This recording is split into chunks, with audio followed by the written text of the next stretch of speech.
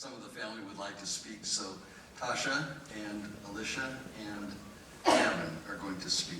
So, Tasha.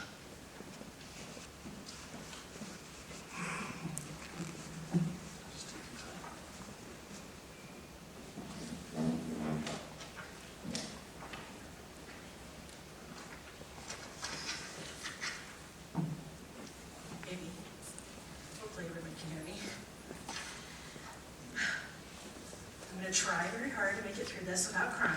That's going to be kind of tough, but we'll go as far as we can here. Every year for 48 years on September 17th, I would hear the exact same story. They brought you out with those big blue eyes and 3 fingers stuck in your mouth, and I thought, oh boy. Last week I thought the same exact thing. I looked into his big blue eyes and thought, oh boy, well, we lost him in that minute. It's funny how life comes full circle when you least expect it. And knowing that that was the last time I would see those eyes in person breaks my heart. For any of you that don't know, I am Jensen's daughter, his firstborn, his little girl. No matter how old I was always his little girl. The words I'm about to speak really needed to be said to his face over the years, and some may have been, but publicly I'm going to say them now because that's the best I can do, Dad. First off, I'm sorry. I'm sorry for calling you a really bad name when I was 2 and continue to be a really naughty teenager. I'm also sorry for swearing too much, not going to church as much as you would have liked. Sorry for not fitting into your perfect political box. Sorry for not taking your advice, and I mean ever. Sorry for not raising my children better, demanding that you co-parent with me as I was obviously a weak and sorry individual. He told me so many times. Sorry for not telling you I love you more. Sorry for not coming to see you more, and I ask humbly for your forgiveness. Now, about my dad. This man was my first love, the first person to ever vow to protect me. He would jump a fence for me in a heartbeat. The first person to teach me. I was Daddy's girl. He was the best daddy a girl could ever ask for. When we lived in Stanwood, he would tuck my brother and I in every night and read us books, sing us songs. So many songs that he had to break out the old concordial hymnal. And I'd complain to him every time he'd sing the same song twice. Finally, he started singing songs. He'd turn the page and sing the song, but the lyrics never matched the notes because he didn't know the song itself. And who was I to know then, because I was only 6. When we moved to the farm and life passed us by, I never appreciated him like I should have. I'd get growing pains in my legs. He would come and lay in my bed with me and rub my ankles for half the night, and never, ever complain about being woke up or being in bed with me all night rubbing my legs. He never would get grouchy the next day. Never would he say one harsh word to me. I'd get sick and puke, and he'd be the one that would hold my forehead and pull my hair back if it needed to be, and then clean me up afterwards. I absolutely adored this man. He'd be outside working with the hogs or the cattle, and I'd want to be right there watching everything he did, everything that was going on. I wanted to be there with him. I remember once I wanted to ride my pony, and they wouldn't let me ride by myself. He or Mom would have to go on the other pony with me, and I begged and begged, and I begged all day. And finally, Dad looked at me and said, I'll saddle your pony up, but you have to check the electric fence first. And I said, will it hurt? And he said, no, not really. I grabbed that electric fence, and yes, it hurt, and he smiled, and he laughed. He was so wrong, he was very rude, but I still got my pony ride. Another time when I was closer to 10, he wanted to build a corral for the horses, and he said he'd pay me $1 for every post hole. And this is back in the day when we didn't have post hole diggers on the tractor. It was manual labor. And I was probably 10, and I think he owed me $20 and told me he was never going to offer that again, because I would break him.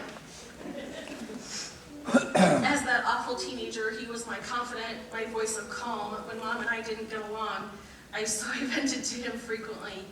Never did he side with me or against me, and never, ever did he say a harsh word about my mother. They loved each other deeply. They were forever hugging on each other and all that gross stuff. But as an adult, they truly embodied all the healthy relationship goals. Thank you, Mama.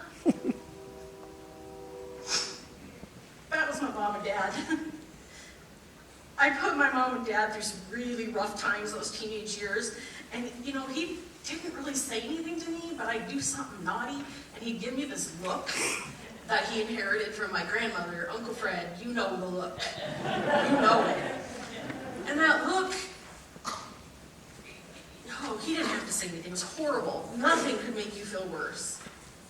He was patient, kind, loving, smart, moral, caring, almost to a fault. He would give you the shirt off of his back. He was passionate about lots of things, but sometimes that passion was more than I could take. Politics or social controversy was always fun at our holidays, to a point where my children would beg me not to speak anything political at these family gatherings. Very long, drawn, heated, passionate conversations about our world, our country, the current state of affairs would make some people in our house very uncomfortable. Dad had a very Pollyanna attitude towards the human race, and he believed everyone was good.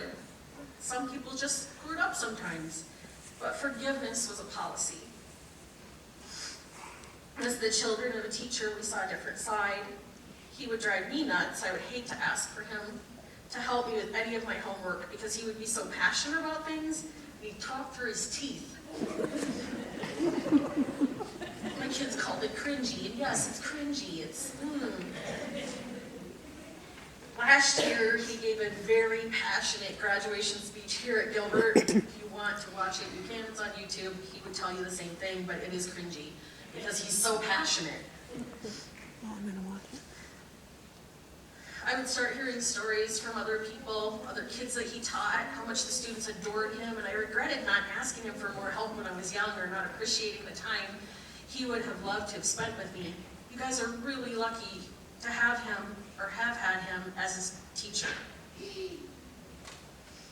I watched my children grow and ask Poppy for help, watched him absolutely eat up everything, any attention he could give those kids, he gave it to them.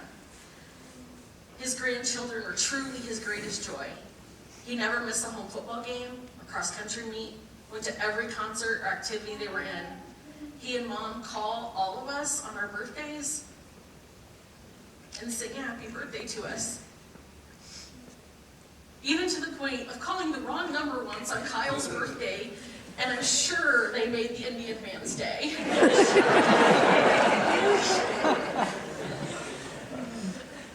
Some fun facts about Dad. Dad would sit at the breakfast table, and when you come down to get ready for school, he'd have a dictionary in front of him. And he'd look at me and say, "Word of the day." It was always some crazy word. The only one that ever stuck with me was plethora. Plethora. It's really stuck. Every time. He would then take my trombone and bellow up the stairs a really poor rendition of some awful military call to get us up in the morning. Pancakes on Saturday mornings that were super thin with peanut butter and syrup. The fact that he once tried to make us homemade macaroni and cheese and failed miserably because he obviously used the entire box of salt. And poor Mom was sick in bed. She couldn't even rescue us. And let's not ever forget his quotes. "It'll feel better when it quits hurting. Nobody loves me, everybody hates me. I guess I'll go eat green worms. To have friends, you must first be a friend. Be kind. Don't do anything stupid. And oh, I can't forget, you're paranoid." And I would have to explain to Dad it's not paranoia when it's true. I really could go on for hours about what an amazing man my dad was, but you all know or you wouldn't be here, so I will stop. But I must end this by saying thank you.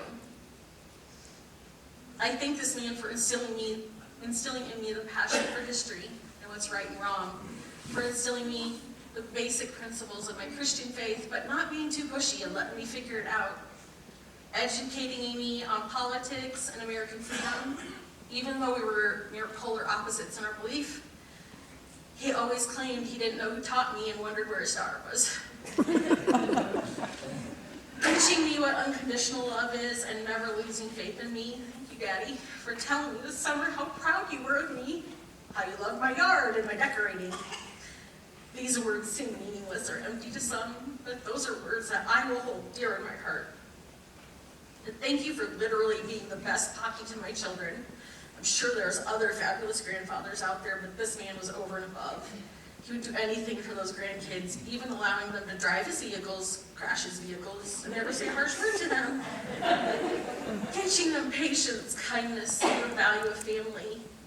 Thank you for being neighborly to everyone and waving and helping your neighbors, paying things forward, and always being kind. Not too many people in this world can truly embody the description of integrity, but you did it, Dad.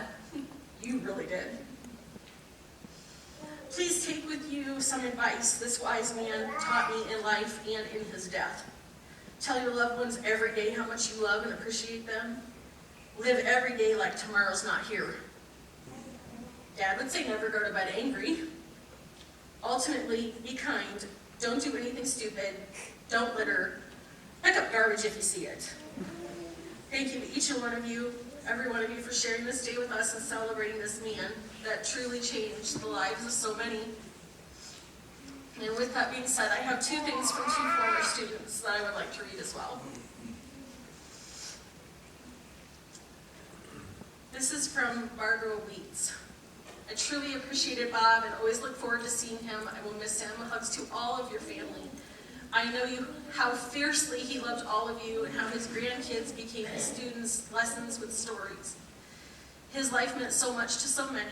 I wrote this to Jeff Thumma for our class. I guess if we had a Superman in our lives, he would have been it. I was always the slowest and the least athletic in our class, and thus I became a track manager for Bob with the track girls. What farm girl couldn't lift a set of blocks and run around delivering sweatshirts or sweatpants in April's icy cold rains? A track manager is probably least remembered and most appreciated person on the team. But I know Bob appreciated me. In my mind, I look up at the bus driver's rearview mirror and I see him looking at us or singing with us on the track meet. I think I always frustrated Bob because I couldn't quite set the stopwatch right, laughing out loud. He also should have kicked Judy and Marilyn and I off the team for the beer quarry skip day, but he didn't. But there is definitely a lesson in the bus mirror. Will be a reminder of all of our lives examined and revealed by the choices that we make. And last but not least, this is from Wayne Swoboda. You don't hear the word fellas too often these days, at least not here in Brooklyn, New York, where I live. But I still hear the word in my mind when I think of Robert Jensen and the autumn of 1969. Personal pride, fellas, personal pride. Personal pride was his mantra when leading my football teammates and me through drills on a beautiful October afternoon at Lincoln High School in eastern Iowa. He repeated the phrase and spoke nothing else for long minutes as we ran left, ran right, ran in place, fell to the ground, jumped up again and again and again. Personal pride, fellas, personal pride. A more recent memory I have of Bob is the way that he told me 5 months ago in a phone call that he knew he was driving Sharon crazy with his fascination with family ancestry and more generally conversations about times in the past. He would say, "She thinks I'm nuts, but I love it," is how he put it.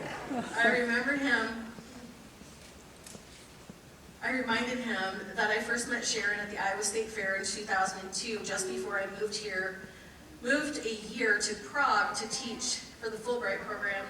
She and I had talked about whether I might find her Czechoslovakian ancestors. "Oh boy," he replied. "I'm going to tell her the next time she gives me any grief."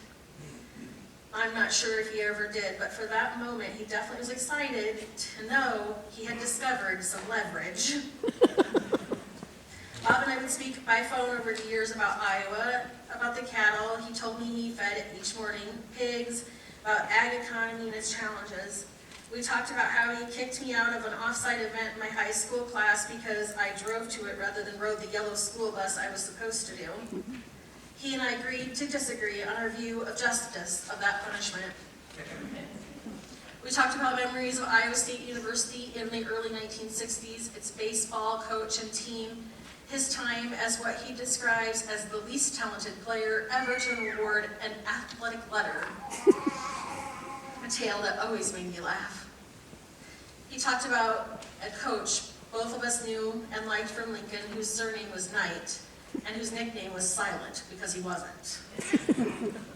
And we talked about his memories of the Vietnam's arrival in the farm country in the mid and late 1960s, and how young men he had coached at Lincoln, who lived on farmsteads along gravel roads where I grew up, were drafted and sent in as riflemen down to the South Mekong River Delta with the 25th Infantry and up north near the DMZ with the Marines.